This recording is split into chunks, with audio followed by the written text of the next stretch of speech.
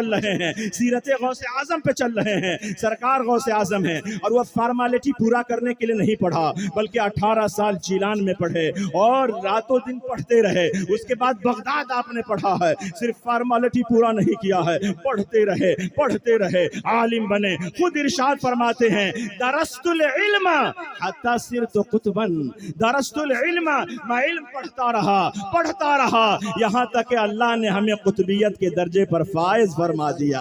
تو آج ہمیں پڑھنے کی ضرورت ہے, آج ہمیں دل لگانے کی ضرورت ہے. بغیر پڑھے ہوئے ہم لیڈنگ نہیں کر سکتے ہیں, بغیر پڑھے ہوئے ہم آگے نہیں بڑھ سکتے ہیں. سرکار غوث اعظم پوری زندگی پڑھتے رہے, پڑھاتے رہے. تو آج ضروری ہے کہ ہم مدرسوں سے محبت کریں, مدرسے میں تعلیم حاصل کریں, خود بھی پڑھے, بچوں کو بھی پڑھائے. لیکن آج ماحول ذرا بگڑ گیا ہے. اگر ہمارا بچہ قرآن پڑھ لیا, اردو آئے یا نہ آئے, ہم مدرسہ جانا بند کرا دیتے ہیں. وہ اسکول جاتا ہے, وہ کالج جاتا ہے, یونیورسٹی جاتا ہے, اچھی بات ہے, کالج جائے, یونیورسٹی جائے, لیکن صرف قرآن پڑھنے سے فرض عین جو آپ کو تھا, علم سیکھنا جو فرض عین تھا, وہ ابھی آپ نے حاصل نہیں کیا ہے. قرآن پڑھنے کے فرض عین جو سیکھنا ضروری ہے, اس پر اس وقت عمل ہوگا جبکہ آپ قرآن کے مفہوم کو سمجھیں گے, قرآن کے معنی کو سمجھیں گے, قرآن کیا کہہ رہا ہے. اور یہ آپ کو اردو کتاب میں ملے گا. آپ کو بہار شریعت پڑھنا پڑے گا, آپ کو فتاوی رضویہ پڑھنا پڑے گا, آپ کو قانون شریعت پڑھنا پڑے گا. اس لیے ایسا کیوں نہیں ہو سکتا ہے ہمارا بچہ ایک طرف اسکول جائے, کالج جائے, یونیورسٹی جائے, تو دوسری طرف صبح و شام جز وقتی ہمارا بچہ مدرسہ بھی جائے, تاکہ آج کے بعد جب وہ ہمارا بچہ یونیورسٹی میں پڑھے گا, کالج میں پڑھے گا, اور جہاں بھی پڑھے گا, اگر ڈاکٹر بنے گا, انجینئر بنے گا, پروفیسر بنے گا, تو وہ دقیانوس نہیں بنے گا, وہ اسلام پر غلط کمنٹ کرنے والا نہیں بنے گا. اگر آپ کا بچہ یونیورسٹی بھی جاتا رہا, کالج بھی جاتا رہا, اور مدرسہ بھی جاتا رہا, قرآن بھی پڑھتا رہا, حدیث بھی پڑھتا رہا, تو جب وہ ڈاکٹر بنے گا تو ایک طرف وہ ڈاکٹر ہوگا تو دوسری طرف وہ مسلک اعلیٰ حضرت کا مبلغ بنتا ہوا نظر. بات ہے. نعرہ تکبیر, نعرہ رسالت, ضیاء مصطفیٰ کانفرنس. ایسا کیوں نہیں ہو سکتا؟ کیا ہمارے امین ملت نے قرآن نہیں پڑھا ہے, حدیث نہیں پڑھا ہے؟ کیا وہ ڈاکٹر نہیں ہے؟ اگر وہ دونوں طرف پڑھتا رہا تو انشاءاللہ وہ ڈاکٹر امین ملت کا غلام بنتا نظر آئے گا. ڈاکٹر امین میاں کے نقش قدم پر چلنے والا بنے گا. اس لیے میرے بھائیوں, آج ضروری ہے کہ ہم علم سے قریب ہوں, ہم علم کو اپنے گود میں رکھیں. علم سیکھنے کا انٹرسٹ ہمارے اندر ہونا چاہیے. کیا وہ حدیث آپ کو پتہ نہیں؟ سرکار صلی اللہ علیہ وسلم نے ایک صحابی سے ارشاد فرمایا, اے میرے صحابی, تمہارا وقت بہت قریب ہے, ملک الموت آنے والے ہیں, تمہاری زندگی کا آخری وقت چل رہا ہے. اب وہ صحابی رسول ہے, عرض کرتے یا رسول اللہ, تھوڑا وقت باقی ہے, میں کیا کروں؟ سرکار نے فرمایا علم حاصل کرنے میں لگ جاؤ, علم حاصل کرنے میں لگ جاؤ. نبی آخر الزمان موجود ہے, صحابی رسول ہے. حضرت وہ صحابی رسول سرکار سے سوال کرنے لگے. ایک سوال کیا, دو سوال کیا, تین سوال کیا, سوال کرتے رہے. سرکار نے ارشاد فرمایا جو علم حاصل کرتے ہوئے دنیا سے چلا جاتا ہے تو اللہ تعالیٰ اسے شہادت کی موت عطا فرماتا ہے. وہ صحابی رسول نے کہا اب میں نماز پڑھنے نہیں جاؤں گا, ماں باپ کے پاس نہیں جاؤں گا, کھیت کھلیان میں نہیں جاؤں گا. ہم اور آپ ہوتے تو پتہ نہیں کیا کرتے, ہم یا تو وصیت کرتے, سوچتے ذرا بچوں سے مل لیتا ہوں, ماں باپ سے مل لیتا ہوں, سوچتے ذرا میں اپنے گھر والوں کو کچھ وصیت کر دیتا ہوں. لیکن وہ صحابی رسول نہیں, کچھ جو وقت بچا وہ علم حاصل کرنے میں لگا دیا. اور سرکار نے جب فرما دیا کہ جو علم حاصل کرتے ہوئے دنیا سے جائے گا, جانا تو سب کو ہے, ہم کو بھی جانا ہے, آپ کو بھی جانا ہے, جانے میں کسی کا اختلاف نہیں ہے. ایک دن سب کو دنیا چھوڑ کر کے جانا ہے, لیکن ہاں جانے کے بعد اختلاف ہوتا ہے. کوئی کہتا ہے مر گیا تو سڑ گیا, کوئی کہتا مر گیا تو گل گیا. نہ فاتحہ پڑھو, نہ قرآن خوانی کرو, نہ زیارت قبور کرو. لیکن میں کہتا ہوں, ہمارا اسلام کہتا ہے, ہمارا فقہ کہتا ہے, قرآن و حدیث کی روشنی میں میں آپ کو یہ بتاتا ہوں کہ نہیں, مرنے سے تو انسان کا بھاؤ بڑھ جاتا ہے, مرنے سے تو انسان کا درجہ بڑھ جاتا ہے۔ ارے یہی درجہ کیا کم ہے کہ جب تک زندہ تھے سرکار کی زیارت نصیب نہیں ہوئی تھی، اور جب ہم مر جاتے ہیں تو قبر میں سرکار کی زیارت نصیب ہو جاتی ہے۔ سبحان اللہ، نعرہ تکبیر، نعرہ رسالت، دیدار مصطفیٰ۔ اس لیے آج ضروری ہے کہ ہمیں علم پہلے سیکھیں، علم سیکھنا ضروری ہے۔ آج ہمارا خیر علم پر اتنی سبقت کر رہا ہے، پڑھتا جا رہا ہے، کالج بنا رہا ہے، یونیورسٹی بنا رہا ہے، نہ جانے کیا کیا وہ کر رہا ہے، لیکن ہم اور آپ صرف بلڈنگ بنانے میں لگے ہیں، پلاٹ خریدنے میں لگے ہیں۔ آپ اسکول قائم کریں ایز اے بزنس کی شکل میں آپ قائم کریں، کوئی آپ کے لیے ممانعت نہیں ہے، کوئی آپ کو روکنے والا نہیں ہے۔ ہم ایجوکیشن پر اپنے پیسے کو خرچ کرے۔ آج اگر ہم اور آپ آج اگر کہیں چلے جائیے، آپ یورپ کا سیر کرے، ہر آدمی اپنے بچے کو پڑھا رہا ہے۔ آپ چلے جائیے مکہ شریف، لوگ تو حرم شریف میں جاتے ہیں، کوئی طواف کر رہا ہے، کوئی دعا کر رہا ہے، کوئی قرآن پڑھ رہا ہے، لیکن وہاں کے باشندے اپنے بچے کو سواری پر سوار کر کے کوئی اسکول لے جا رہا ہے، کوئی کالج لے جا رہا ہے، کوئی یونیورسٹی لے جا رہا ہے۔ آج دنیا میں انقلاب برپا ہو گیا ہے کہ صبح سویرے جب ہم کانپور کے روڈ پر اگر ہم چلیں تو ہمیں یہ اندازہ ہوگا کہ کام کرنے والے کم ملیں گے، اسکول جانے والے زیادہ ملیں گے۔ کوئی ماں اپنے بچے کی انگلی پکڑ کر اسکول لے جا رہی ہے، وہی باپ وہ اپنے بچے کی انگلی پکڑ کر اسکول لے جا رہا ہے۔ آخر کیوں؟ میں نے ایک شخص سے سوال کیا کہ صبح سویرے لوگ کارخانوں کی طرف نہیں جا رہے ہیں، دکان کی طرف نہیں جا رہے ہیں، اسکول اور کالج کی طرف تم صبح سویرے اپنے بچے کو کیوں لے جا رہے ہو؟ تو اس نے یہی کہا تھا کہ مفتی صاحب سنیں کہ آپ کو پتا نہیں ہے، education is light, education is power.